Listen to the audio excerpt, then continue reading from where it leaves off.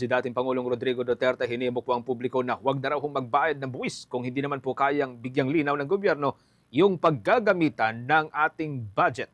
May update po dyan si Bombo Bea Peniza.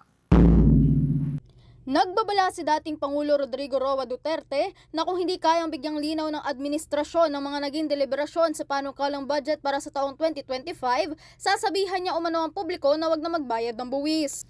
Ayon sa dating Pangulo, kung hindi ito kayang bigyan ng eksplenasyon ay sayang umano ang ibinabayad ng publiko, lalo kung hindi anya alam ng mga ito kung saan napupunta ang kanilang mga pera. Hindi rin anya tama na iwanang blanko ang ilang bahagi ng panukalang budget dahil hindi umano ito naaayon sa batas ng bansa, lalo kung ito ay budget na aprobado ng pinakamataas na opisyal ng Pilipinas. Dagdag pa ni Duterte, maaari din anya itong pag-ugatan ng mga irregularidad, lalo kung maaari anyang pumili ang mga opisina ng halaga na gusto nila na maaari nilang dagdagan bilang reserba. They have to give us the explanation.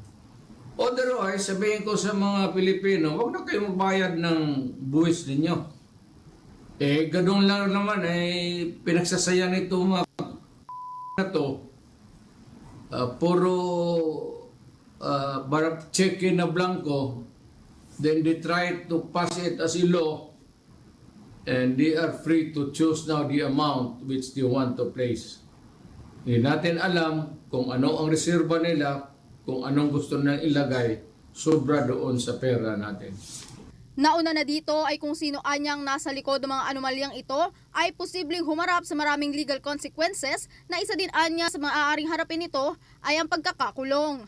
Hindi rin anya matatakasan ng taong ito ang legal process at huridikasyon ng korte dahil malikot umano ang pag-aayos ng papeles sa loob ng bansa. Huwag na din sana anya ito gawin pa, lalo na ng mga opisyal na may balak na maglagay ng reserba para sa panukalang pondo. Hindi talaga pwede.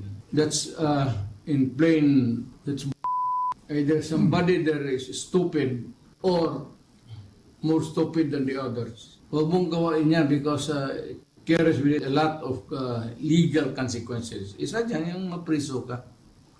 And you cannot escape the rigors of scrutiny kasi dadaan ng maraming papel.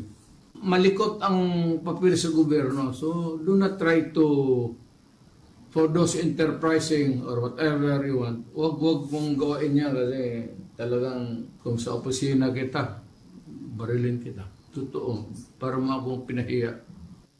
Para sa Bombo Network News, Bombo Bea Peniza nag-uulat para sa #1 and most trusted radio network in the country, Bombo Radio Philippines. Basta Radio, Bombo!